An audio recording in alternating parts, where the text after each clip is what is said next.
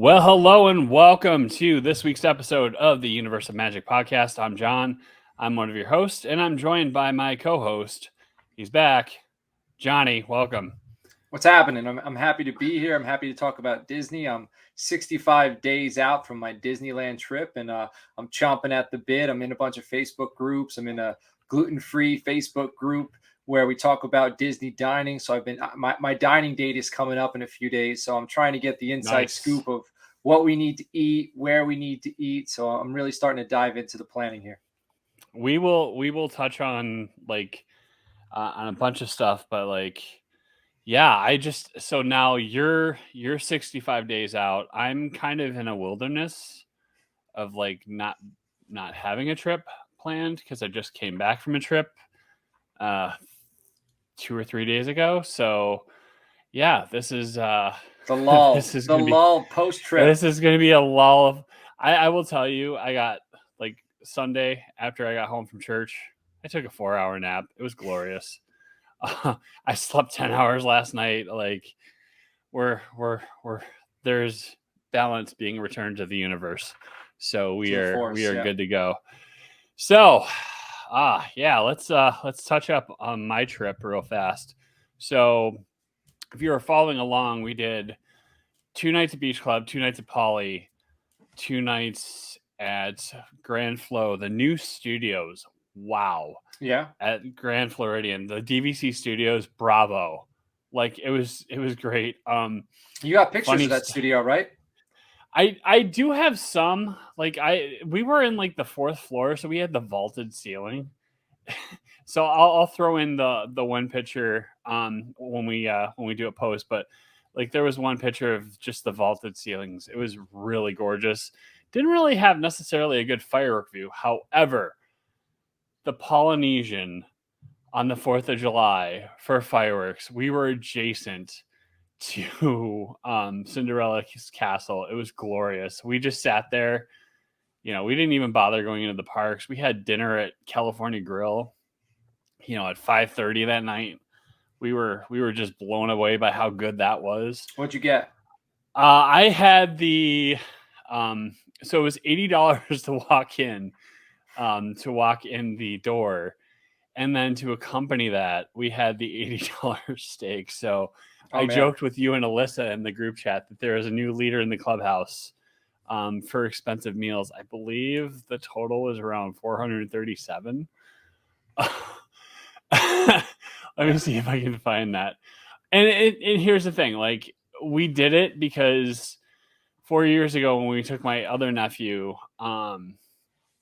and his and my nephew who was graduating high school, actually no, with the DVC discount it was $374, which still doesn't make it any better. I will say the DVC discount came in clutch this time.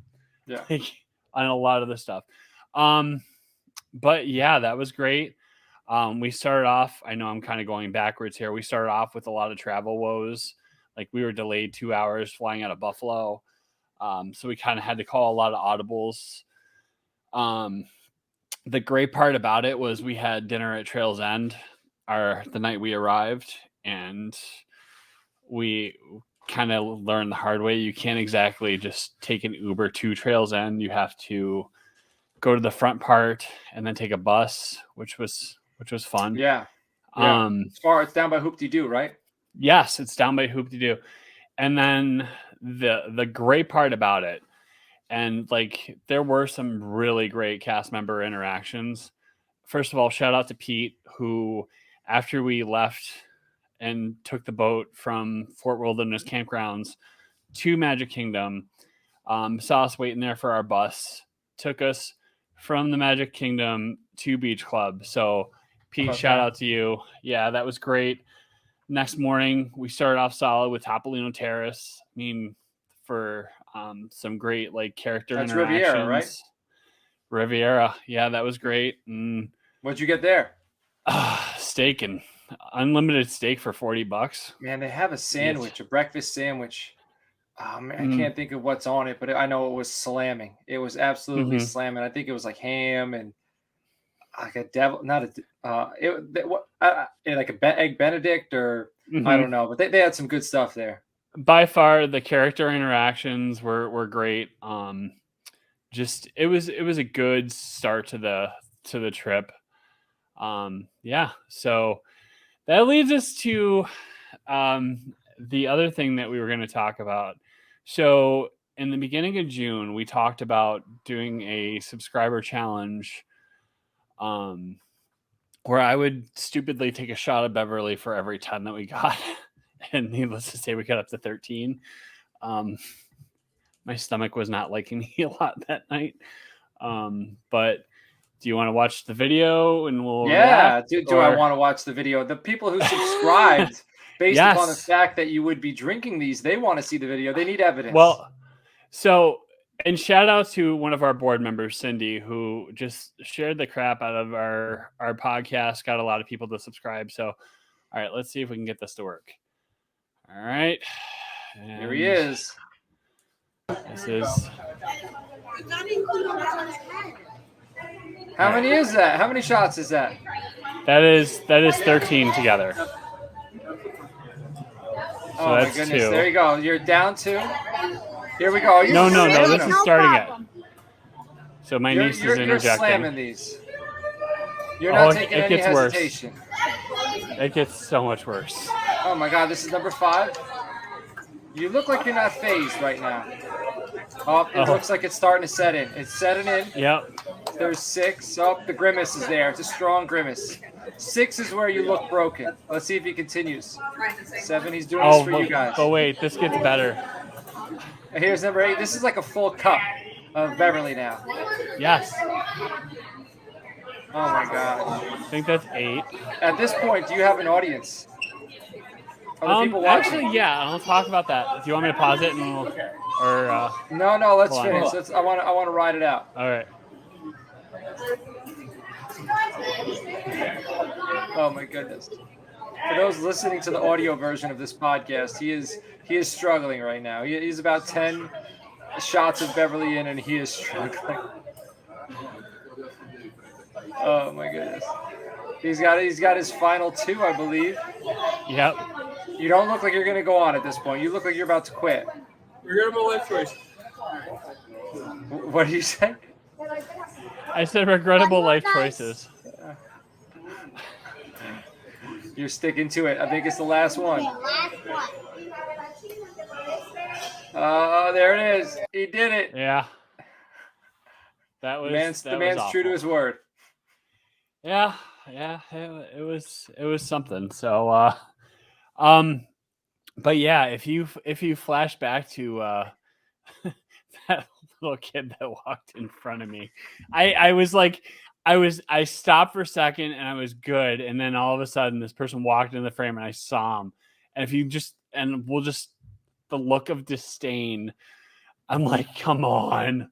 So yeah, but yeah, like shout out to the cast member there who I explained what I wanted to do, and she just laughed and said, go for it.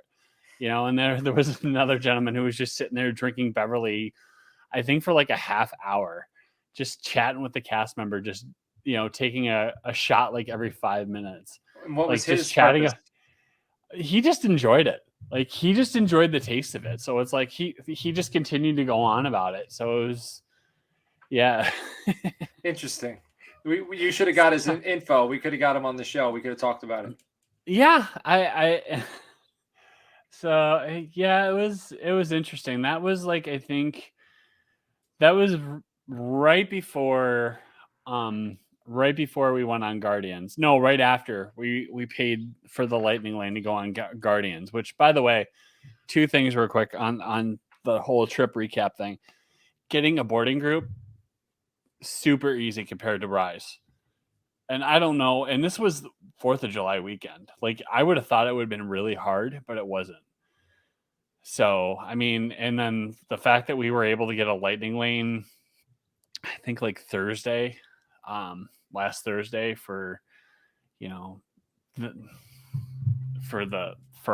afternoon, that was really easy. And like I think we went over to Animal Kingdom that day, and then we hopped over to Epcot. So, I mean, that's nice. And that coaster is just great. Like, Yeah. Have you gotten sick so, yet when you've ridden it? I had not gotten sick, and like I flirted with the idea of doing Beverly and then going over to Guardians, Yeah, but my wife smart. talked it out.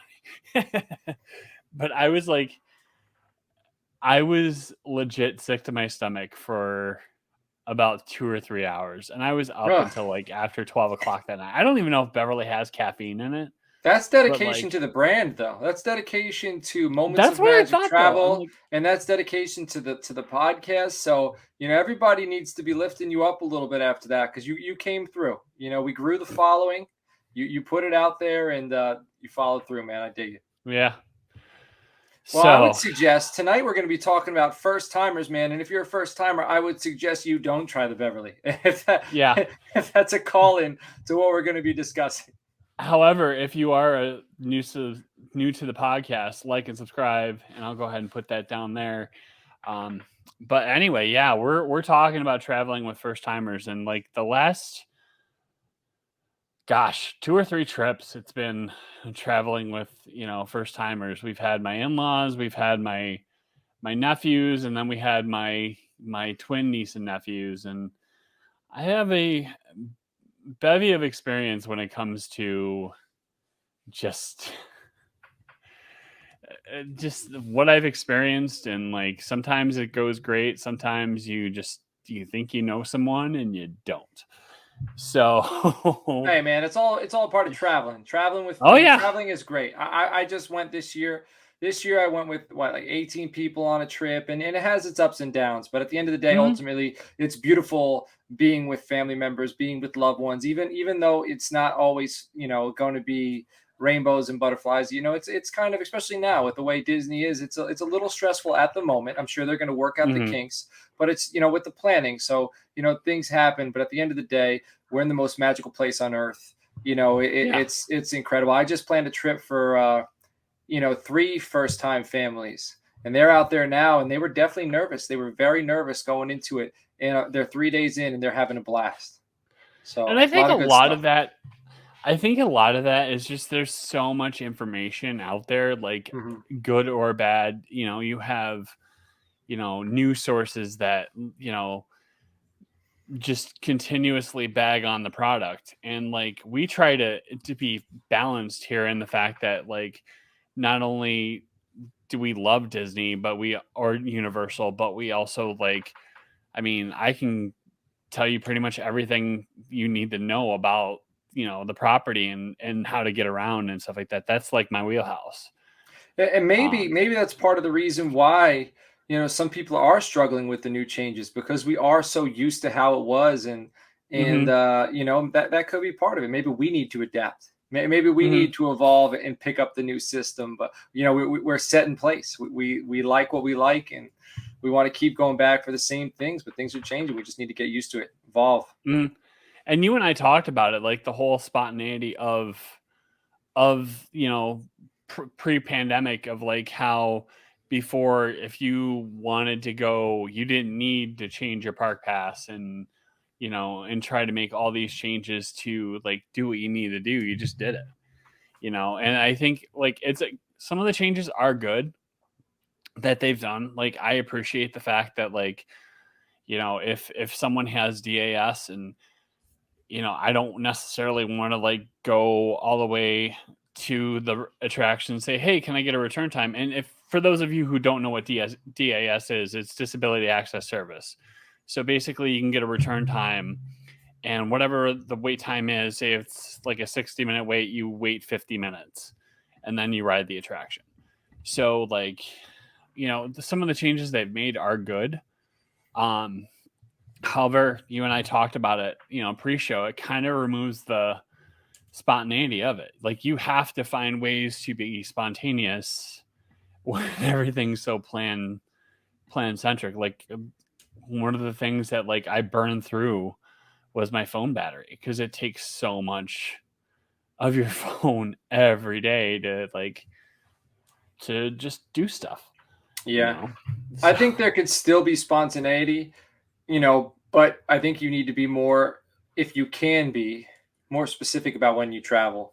With the pandemic, and the pandemic, a lot of hopefully the bigger portion of the pandemic behind us. Everyone's traveling again, and I currently there really isn't a quiet time. Like I've gone, multiple times, but I do think eventually quiet times will come back. And this wasn't a category on bringing first timers, but what I would say is when to stay. I would check crowd calendars, and if you want to be able to be spontaneous, and if you are nervous about the setup and making plans, try to find time when there might not be there's not a lot of events going on. There's not a holiday party. It's not Christmas. It's not Halloween. We usually go like after Thanksgiving. That's usually pretty quiet. There's early September is usually pretty quiet. February is usually pretty quiet. So if you want to be able to kind of freelance your trip, or rather just wing it, you can do that if you find a time where it's not super busy. Because if you go in July, you're the spontaneity, you do need to be very specific about what you want to do, because there's not, the time ain't going to be there to kind of just roam around. And I do agree with you on that, because like the last 2 times two out of the 3 I've taken family, it's been in July, and like that's it's the hottest. So like bringing kids, bringing adults, like my brother like crapped out after like 1 o'clock in the afternoon, and he's like 8 years older than me. I'm like, so it's like those types of things. Like the time I went in May for the Guardians preview, I went like the first week of May, and that was great. I mean, yeah, it was crowded, but like there was really, the weather was perfect. It wasn't like scorching hot. You didn't have rain, so like if you go, and like you said, there's really no off-peak time. However, there are like times where like it's more like subdued. So if you go like in May or October, you're not going to really get like a lot of like heavy crowds. Like we knew what we were getting into when we went July 4th. However, to be fair to my niece and nephew, I wanted to bring them when the fireworks were. Right. So well, like, that's the thing. You're trading off. There's trade-offs, and that's another thing. You're not going to be able to do well. I can't tell you what you can't do, because I'm not going to restrict you, but it's hard to do everything you want to do if you make a list of 100 items, but if there's specific things you want to do, there's trade-offs you're making, and it's worth it to you. If you're going to see the fireworks, that's a thing in itself. So that's something you're going to enjoy. So that's the trade-off. So you might not get as much done throughout the day, but you're going to see something epic, that people are coming from all over the world to see. But we talk about time and place, time to stay. What about where to stay, John? So if you're taking first timers, right? I'm going to why don't you talk about kids, adults, and seniors? Why don't you get it all in there? We're talking kids, we're talking adults, we're talking seniors. Where would you recommend them stay if you're planning a trip for first timers? So if I'm planning a trip for first timers, there are like, obviously I would choose Beach Club, like for the kids. Cause like the one thing that like my niece and nephew talked about that whole time was that pool, and how great it was. They just like, on days it was like scorching hot, we just saw them loose in the pool and be like, hey, tell us when you're going across the street and going on the slide. They did, so it was great. Adults, Polynesian. I have yet to make it to Trader Sam's, but I will tell you that like the pool bar and like walking back from, the Great Ceremonial House to your room with a Dole Whip in hand is like the best. It's legit the best. I would have to say, if I were going to bring seniors, my in-laws in particular loved the Poly, and they loved the Riviera when we stayed there. Like, I mean, the Riviera has elegant. It's elegant. Yes, it's just so nice. And like I love the fact that we own there. Like it is the best. And just it, I also loved when I went in May, Saratoga. Like Saratoga, you don't really think is a great, like, quote unquote Disney resort. It's relaxing. It forces you to relax and like want to take time away from the parks. So like those would be my choices. What about you, Johnny? So I just said all three first timers, kids, adults, seniors, I'm going to recommend being in the monorail loop because you're the closest to the magic. Like you're right there. You're really like you're inside the bubble, but you're inside the bubble inside the bubble. It's the Yep. most convenient. So the magic and the convenience of it all, especially if you're a senior citizen, being able to just if you're not having to go a long distance, you're not having to wait a long time, you're not having to sit on a bus or go wait outside for the bus. You can hop on the monorail, you can walk or ride over to the park. Everything's right there. The food's good in all three resorts. So that's like the ultimate experience now, especially if you're somebody who's been to Disney a lot and you're planning a trip for people that are first timers and you want to get them hooked. That's another thing. You're going to get them hooked when they stay there because all three of those resorts are beautiful. Now, if I'm taking kids, like you already said, the beach club, I already said the monorail loop, and other, when the Art of Animation, when they put those suites in, the Lion King and the Little Mermaid, those are really cool too. So if you're taking kid first timers, I mean, I like the Port Orleans, the Riverside's beautiful. They have the princess themed rooms. The French Quarter has that alligator slide. Now, you might get frustrated, though, if you take your kids to the Port Orleans French Quarter because they're going to see that alligator slide and they're not going to want to leave to go to the park. That's what happened with my kids. They saw that thing. There's a daddy. I took them to the park 2 hours after being at the park. They're like, we want to go back to the alligator slide. That's all they talked about. Yeah. No, and I think that like the French Quarter was like, when my wife and I made our first trip back in 2017, we stayed there. Like we splurged and paid the, 200 something a night to stay there. And like, rather than do like All Stars, cause I didn't even really know much about the property, but like everything I'm one of those people that when I travel, I do copious amounts of research. Like I am in knee deep, like, What gave that away? Like just everything I do. So it's like it was just one of those things where it's like, okay, well, if I'm gonna really make this a memorable trip, I'm not gonna drop like $800 and stay at like, the Contemporary. I'm gonna like be reasonable, and I think we were able to do like 4 or 5 nights for like $2,100, which by Disney purposes is pretty good. So, all right. So we talked about where to stay. Let's hit on where to eat. Johnny, go ahead. All right. So this might be a cheap answer, but for the kids, I'm just saying character meals. First timers, because it's a great experience. You get to get the pictures, with the characters. So you're killing two birds with one stone. You're eating. You're saving time. You're seeing the characters, so you don't have to wait online in the park. And then also you're knocking it out with the first trip, because if you're someone who plans on returning, we do that. We don't do it every year anymore. We don't see we don't go to character meals, every year anymore. There's times we do it, but when you do it that first trip, it helps you going forward. You set the foundation. You've seen the characters, you got the autographs, you get the autograph books, and over at the Grand Floridian, the 1900 Park Fair, I would say that's probably my favorite character meal. I don't know if they still have the same characters they had when I went last, but it was Tigger, Mad Hatter, Mary Poppins, and Mad Hatter and Mary Poppins are cool because they're face characters. They speak to you. They have an exchange with the children, and I had some great memories doing that. For adults, I would just say Epcot. Go to Epcot first timers. You could be spontaneous there, because there are tons of dining options. There's usually a festival going on. There's tons of booths. There's like anything you could want, drinks, food, it's there.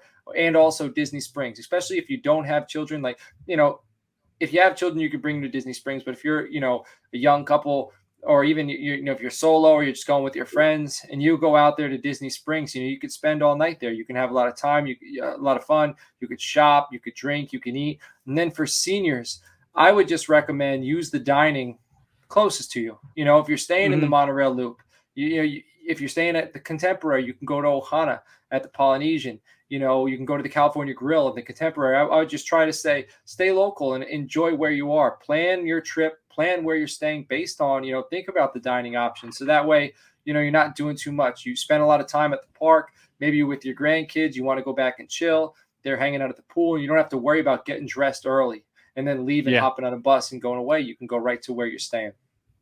And I will say that's one of the key components that like any good travel agent will tell you is that like it's good when you like plan a trip and like say if you do a split stay, do like, you know, one of the Epcot loop or Epcot like resorts area and then switch over to Magic Kingdom and do it that way.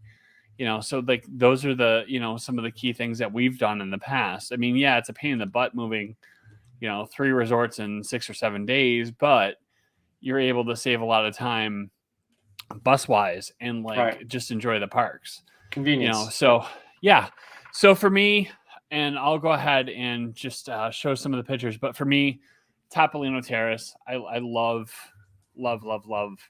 this breakfast here. And like you can see my niece and nephew here just like hamming it up with Daisy, you know, so it's like, you know, just that's a great meal. Like Via Napoli and Epcot, like we went, my nephew to this day, my nephew Aaron, who's going to be 21 in a couple of weeks, still raves about this pizza. And like one of the like pro tips that I think you should really like learn to consider is the night before, if you really want to dine somewhere, look at what people have canceled.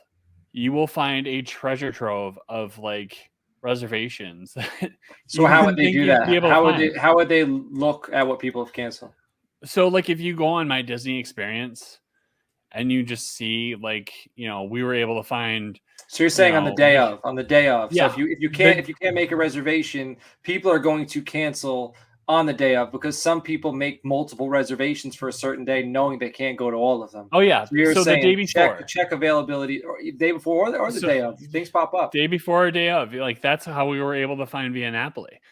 You know, we kind of knew that we were going to be over in Epcot because we were able to snag a Guardians, you know, Lightning Lane, and we ate pizza there and we, you know, walked over to Guardians after. So it was kind of a great thing that we got to do. We talked about adults, seniors. Again, definitely not places that are too expensive. I remember my trip with my in-laws in December. My mother-in-law commenting on how much steak I was eating at the time and like.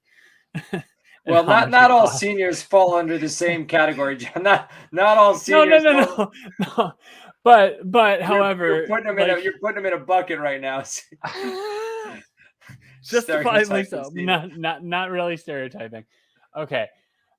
So like obviously you want to gauge the person that you're with. So like if you're, you know, if you like my in-laws love going to Denny's, so like I would choose something along that lines and maybe go to Polite Pig where it's like decent food, but it's, you know, not that expensive compared to like Steakhouse 71 where you're paying $30 for a 10-ounce strip steak.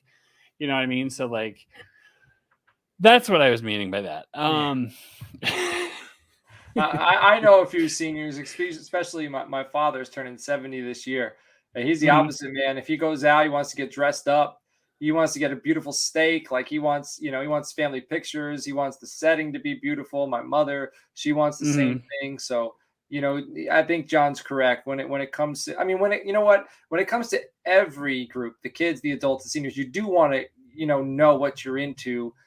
And you can, whatever it is that you're into, long story short, you can find it because there's tons of options. So, you know, just do some searching or use a travel agent, you know, give us some information about yourselves and your party and we'll find some good things for you. We'll help you find it. So yeah, if you are interested, we'll go ahead and leave the link right there for our brand new website, momentsofmagictravel.com, where you can basically enter in your zip code and find an agent near you. So we talk about this now. It's what to ride. And for me, I'm all about a tone setter. So like one of the first things that we did when we went to the parks on July 3rd was we immediately went for Tower of Terror. Like when we went to Hollywood Studios, we immediately set the tone. We're like, okay, because we knew my niece and nephew were able to like handle thrills. So like that was an easy thing for my in-laws trip in December. I'll see if I can find the video. But my father-in-law and I went on Slinky Dog Dash, and like I asked him at the end like what he thought, and he's like, "Oh, it was fine, but get me the heck off this thing." So I'll see if I can find that and put that in. But like and the thing is that trip we eased them into it. Like we did Rise of the Resistance with them, because Rise, it's one of those attractions where it's not that intense. They're not going to get that they're caught by, the First Order and stuff like that. Like, I kind of like. Spoiler alert, John. When you listen, when you put this episode out and you edit, you need to put spoiler alert prior. Okay. prior. Sorry. To that This is what happens when I get very little sleep for a week. Well, that's why I'm here for you, man. We're gonna. So if you're listening to this now, he did put spoiler alert, and yes. And you didn't listen. This is where you're coming back. So you missed the spoiler. We put you fast forward it to the timestamp that John put in. I will edit in spoiler alert. Yeah. But I mean, if you haven't like seen the gist of Rise at this point, shame on you. No, I'm just kidding. I mean, there's a pandemic. People can't get down there. Yeah. And maybe people are waiting for Tron and Guardians of the Galaxy. They want to hit them all. Ratatouille, Mickey and Minnie's Runaway Railroad. How about all these new rides, man? I know this could be a whole nother episode, but man, they are putting out some stuff, man. I can't wait for Tron. I will say that like I was really thinking about it, like, and we've talked about it a bunch on this on the show and stuff like that. Like when Epic Universe opens up, man, it's really gonna force Disney to like do some soul searching. I think I don't know how much we can speculate on this show, but it sounds like they're gonna do something Animal Kingdom here soon, man. I wouldn't be surprised if an announcement doesn't come by September. I think the dinosaur area of Animal Kingdom, something's going to happen over there. I don't know if it's going to be Zootopia. I don't know if it's going to be Wakanda. I don't know what it is, but something's happening over there. They're going to have to. Super Nintendo World, it's almost up, man. They're building. They got tracks laying at Epic Universe for the How to Train Your Dragon coaster. They got a coaster in the main hub of the park. They're building a coaster in the Monsters area. Man, I can't wait for that. They got a hotel in the park. I'm going to be there. I am going to be there the year it opens. I promise you that. Like hands down, I'm going to be there. So I'm not sure what our recording schedule will be, but D23 is September 7th through the 10th. I am almost guessing that we will do. We're not really a news-based show anymore. Like we're more topical than anything, but I'm hedging my bets that we will be doing a D23 like reaction show.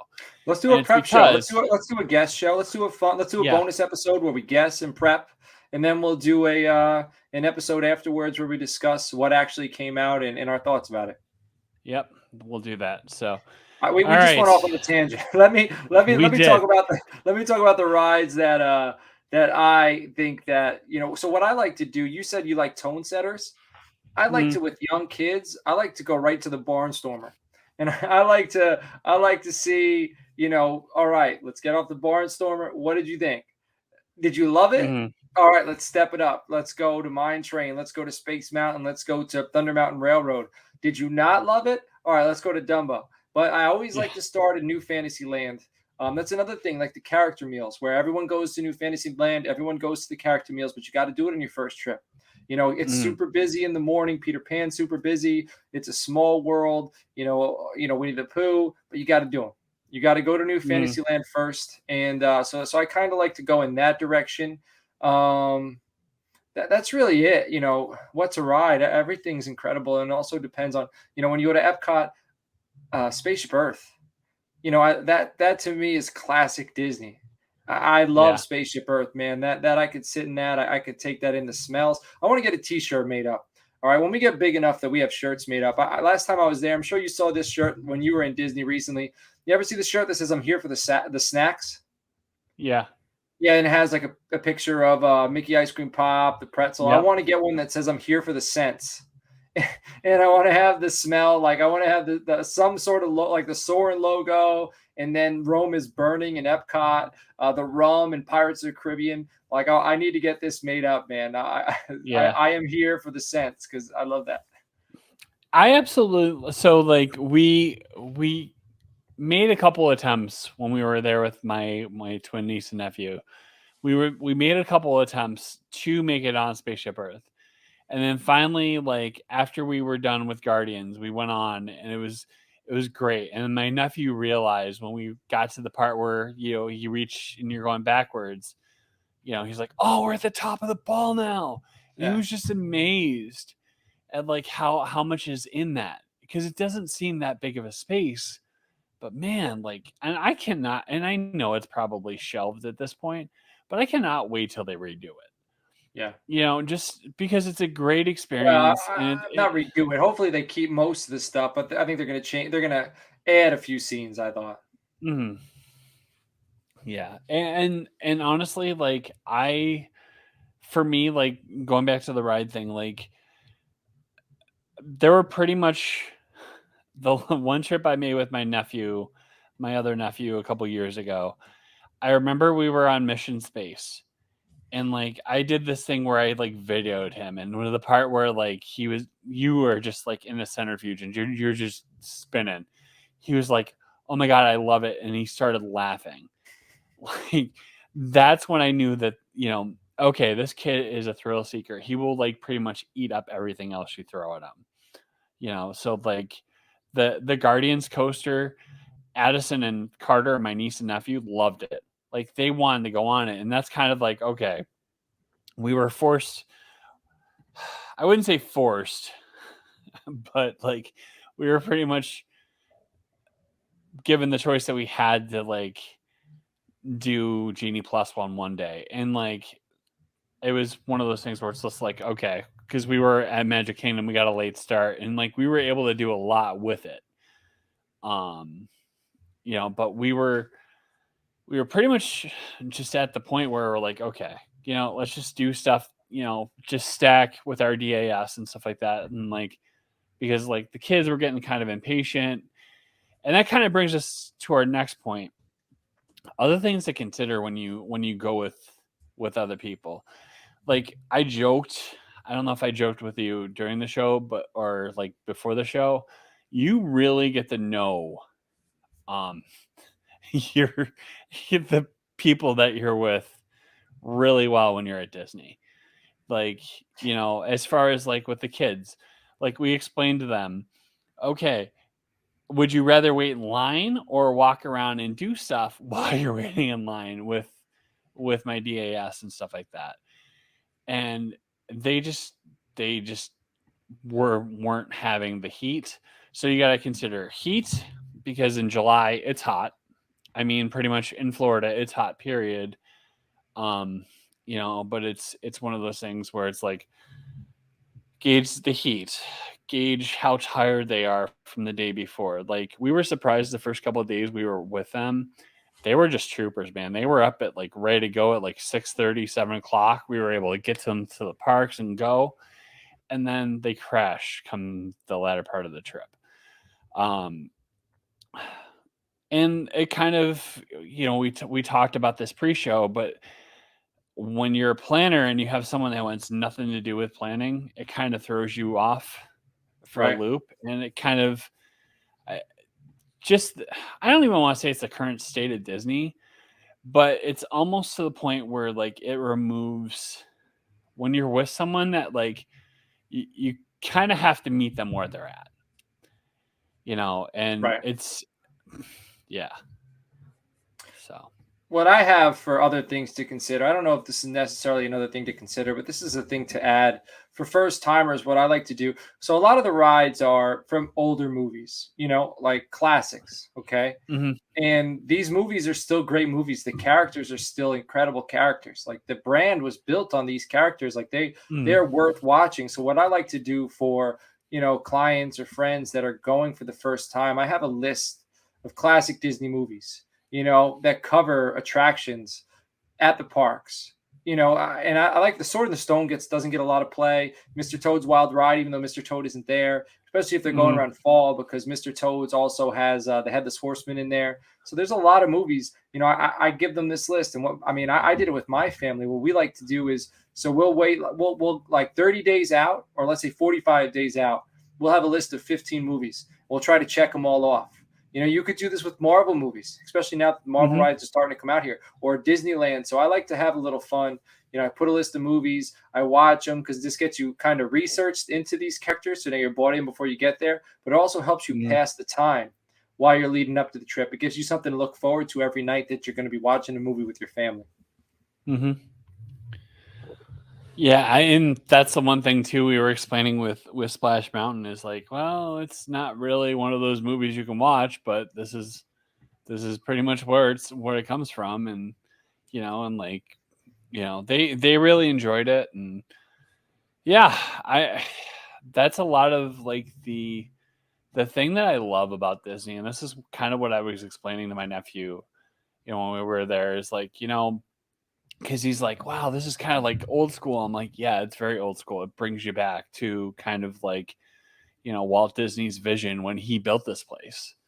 You have a great American icon who like basically developed a legacy, just on everything like he created, and we didn't even get to, that's the thing too, is like going back to the other things to consider is you have to like, how much do you think that you're going to be able to do with the person that you're with? You know what I mean? Like, right. I wanted to ride Toy Story Midway Mania with both my niece and my nephew because it would have just turned into a competition, would have been fun.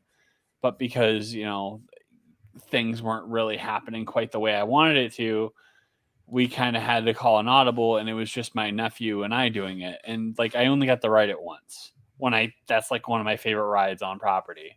I could ride that like 4 or 5 times in a row, especially after eating a Nom Nom cookie for breakfast. But Nom Nom. So the best breakfast ever, especially when you're trying to get a high score.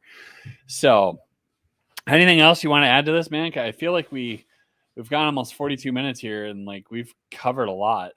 Yeah, I think that's really it. And you know what?